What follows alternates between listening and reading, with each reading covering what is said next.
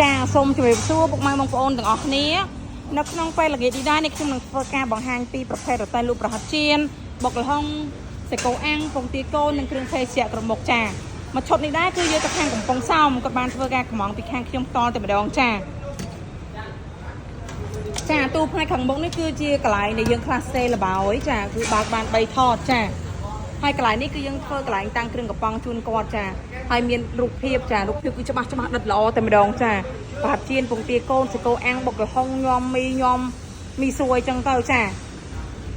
ហើយនេះទូសម្រាប់យើងខ្លះសេរបស់របបផ្សេងរបស់យើងចាហើយរូបភាពបិទឲ្យ3កាច់ខាងលើនិងមួយស្លឹកផ្នែកខាងក្រោមលើកង់ចាហើយចំពោះផ្នែកខាងក្នុងណាផ្នែកខាងក្នុងគឺមានចក្រានអាំងសាច់ចាគាត់កំងយកចក្រានអាំងសាច់ហើយជើងដាក់ធុងហ្គាសរបស់គាត់ចាយើងអត់បានការចូលទេហើយនេះក្បាលហ្គាសរបស់គាត់ទិញដាក់ខ្លួនឯងសូមបញ្ជាក់ណា